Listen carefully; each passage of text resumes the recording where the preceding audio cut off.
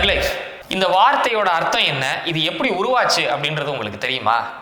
தக் லைஃப் அப்படின்றது இனவெறியால பாதிக்கப்பட்ட கருப்பரின மக்கள் தங்களுக்கு நடந்த அநீதிகளையும் தங்களுக்கு இருந்த சவால்களையும் மீறி வாழ்க்கையில சக்சஸ்ஃபுல்லா வந்ததை குறிக்கிற ஒரு சொல் தான் இந்த தக் லைஃப். இந்த தக் லைஃப் அப்படின்ற வார்த்தையை ரூபக் ஷகூர்ன்ற ஒரு அமெரிக்க ராப்பர் தான் தன்னுடைய பாடல்கள் மூலமா லேட் 2000ல பிரபலப்படுத்துறாரு. அப்படிதான் இந்த வார்த்தை உலகெங்கும் பிரபலமாகுது. The hate you gave little infant UCK everybody, meaning what you feed us as seeds grows and blows up in your face.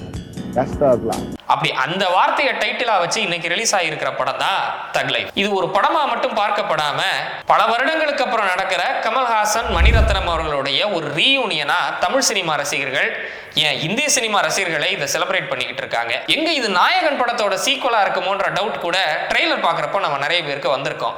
ஏன்னா இதுவும் நாயகன் மாதிரியே ஒரு கேங்ஸ்டர் மூவி. அதுலயும் கமலுடைய கேரக்டர் பேரு சக்திவேல் நாயக்கர், இதுலயும் சக்திவேல் நாயக்கர். சோ இதெல்லாம் வச்சு எங்க இது நாயகனோட தொடர்ச்சியா இருக்குமோ அப்படின்னு நிறைய பேருக்கு தோணுது. சோ நீங்க தக் லைஃப் படத்தை பார்த்துட்டீங்க அப்படின்னா படத்துக்கு எவ்வளவு ரேட்டிங் கொடுக்கலாம், படம் எப்படி அப்படின்றத கமெண்ட்ல சொல்லுங்க.